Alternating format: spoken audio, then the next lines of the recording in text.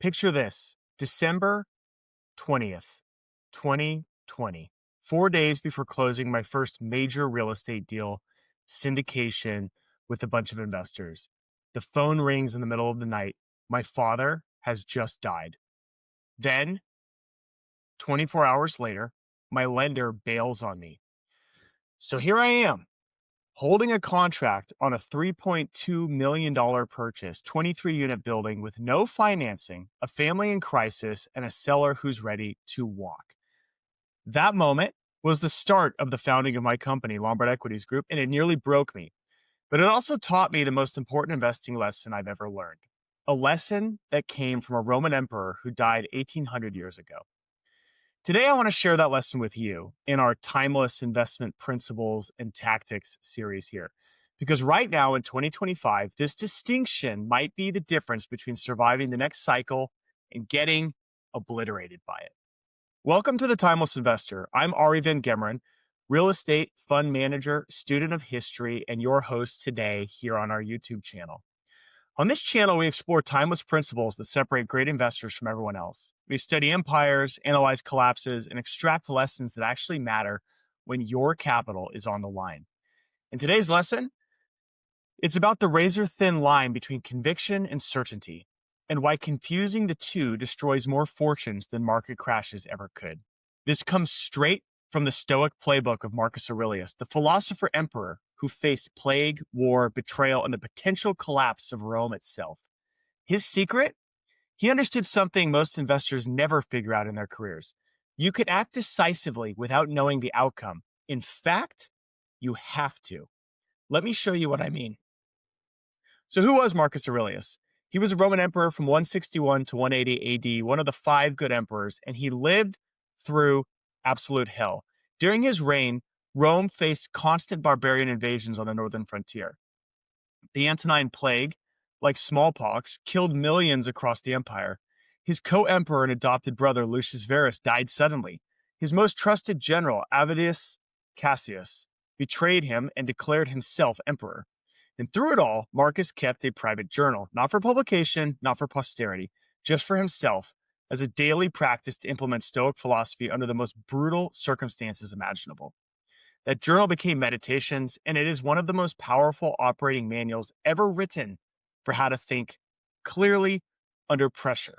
And here's what I love about it. Marcus didn't write about military strategy or imperial policy. He wrote about his emotions, about controlling what he could control, about preparing for things to go wrong. One of my favorite lines is, "You can lead life right now. Let that determine what you do and say and think." That, my friends, is clarity. It's a reminder that we don't control outcomes. We only control our response. And by the way, keeping a daily journal is probably one of the peak strategies I've ever utilized in my life as an investor and a business owner, and I highly recommend it to everyone. But for investors, this changes everything. Let's talk about what destroyed most real estate investors in 2021 through 2023. It was not lack of intelligence. It wasn't laziness. It was a quiet psychological shift from conviction to certainty. Here's the difference. Conviction is saying, I have a well-researched thesis. I've stress tested the downside. I'm prepared to act, but I'm also prepared to be wrong. Certainty is saying, I know this will work.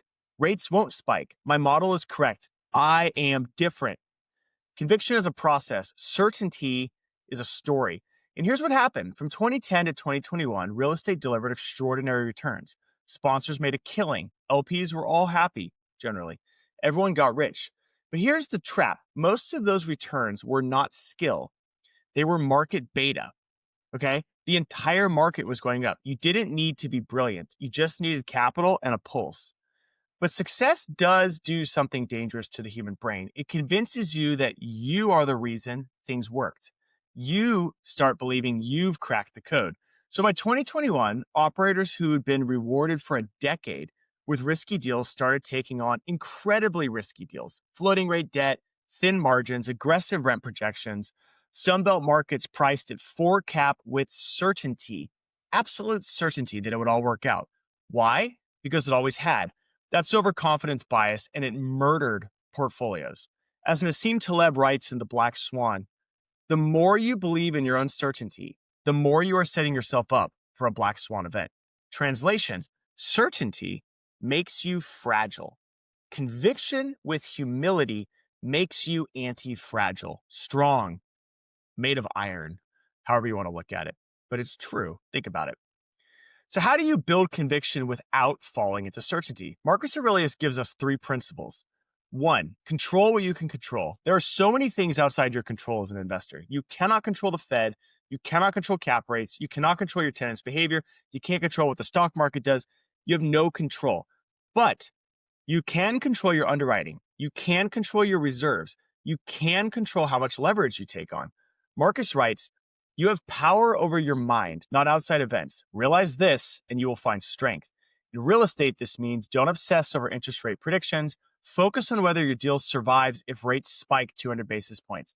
That is in your control. Principle 2, prepare for adversity. The Stoics had a practice called premeditatio malorum, the premeditation of evil. It sounds dark, right?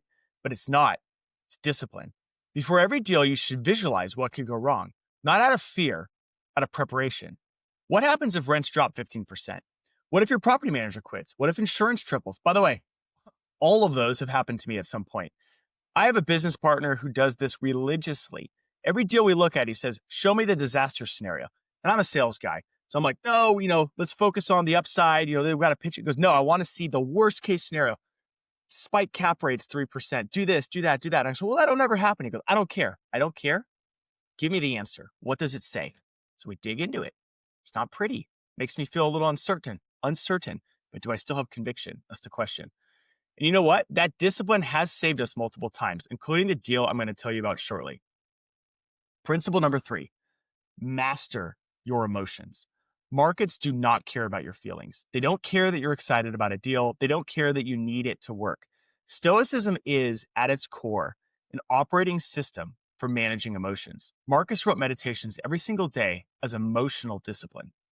He writes, if you are distressed by anything external, the pain is not due to the thing itself, but to your estimation of it. Translation, your emotional reaction is a choice, not an automatic response. So let me bring this back to December 20th, 2020. My father died 4 days before we were supposed to close on our first deal, the Richardson Court Apartments in Portland. Then our lender pulled out. I was all of 32 or 33 years old. I was devastated. I had 2 children, a mortgage. My wife wasn't working at the time, and I had a choice: fall apart or act. By the way, just to paint a more bleak picture, all of our money was invested in getting this deal done. Everything was in it. We had everything pulled out. Our savings account and checkings account were bottomed out. We had to fund $100,000+ earnest money account. And this was at the start, right? So it was a lot of money for me. And it would have been easy to just fall into terror at this point. But this is where Stoicism saved me. And I've been practicing it for a while, so it was helpful. Because I've been studying Marcus Aurelius for a long time at this point. I read Meditations multiple times. And in that moment, the principles clicked. What could I control? I could control my response. I could find another lender. I could focus on solving the problem in front of me instead of spiraling into grief and panic. What could I not control? My father's death, the original lender's decision, the seller's patience. So I got to work. We called the seller. We negotiated a seller financing arrangement with the seller because there was a little bit of an edge here where they had to close the deal as well. So they had no debt. So they did a seller contract to allow us to close on time the day before Christmas. Think about that. 4 days after my dad's gone, the day before Christmas, in those 4 days, spiraling with grief, panic, and everything else going on, we got the seller on the phone. We hammered out a deal. We got it done. We closed the deal. And here's the thing. That property performed really, really well. It became the foundation of everything we've built since. But if I'd been certain the deal would work, if I hadn't been prepared for adversity through study, through meditations, through all this work, I probably would have not handled the situation as well as I did. Instead, I had conviction in the asset and the process, and I had the emotional discipline to act under pressure. That is the difference. That is the lesson of this video, for investors to adopt these lessons and be prepared for adversity. Now, let me tell you about a deal that almost killed us. In 2022, We chased a 90-unit tower in Belltown, Seattle, blocks from Pike Place Market, great location, solid value add plan, a true trophy asset. Imagine this beautiful 1920s tower rising into the sky. In my heart, I was thinking, this is going to be it, man. This is going to be the thing that puts our name on the map in the Pacific Northwest. So we underwrote it with aggressive 3-year bridge debt. We projected strong rent growth. We assumed Amazon's return to office would drive demand for the units in the building and fill the city back up, which did sort of come true, actually, by the way. The numbers worked barely, but we walked away over a $200,000 gap with the seller. At the time, I was frustrated. We'd worked so hard on that deal, and I was convinced and certain that it was going to be an amazing deal. But that 200 grand saved our business. If we'd closed, we'd be underwater right now. Rates spiked, insurance tripled, studios got hammered. Amazon did eventually come back to the city, but that particular deal would have been an anchor around our neck. Every assumption we made was ultimately wrong on that deal. And we walked away by luck, not because I'm supremely intelligent or understood the future. I wanted it. If the seller had come down 200 grand, we would have lost all of our money in that deal. It would have been very bad. So sometimes better lucky than smart, as they say. But the scary part was we felt really good about it at the time. We were certain. It was exciting. It was a beautiful new trophy for our wall. We really wanted that deal. That's the trap. Certainty feels like strength, but it is fragility in disguise, and it is leading you towards your doom. So here's what I want you to take away. Conviction is required. You have to have it or you will never act. But certainty is a liability. It blinds you right before the systems break.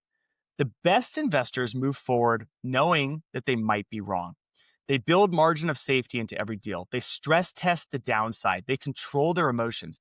That is not weakness, that is strength. Marcus Aurelius faced plague, war, and betrayal, but he never claimed certainty. He claimed discipline. And that discipline did cost him his life in the end when he stayed in the city of Rome during the plague to be with his people and succumbed to the disease itself. But that discipline helped Rome stay standing. So ask yourself, where are you letting your emotions override your principles? Where are you confusing confidence with certainty? Because the next cycle is coming, and when it does, Stoicism will be one of the only edges that truly matters in this business. Think well, act wisely, build something timeless. Thanks for watching. If you found this valuable, hit subscribe. We're exploring timeless lessons every week, multiple times a week. And drop a comment. What's one deal where you confuse conviction with certainty? I read every response and I reply to all of our subscribers on this show. See you next time. Thanks for being here.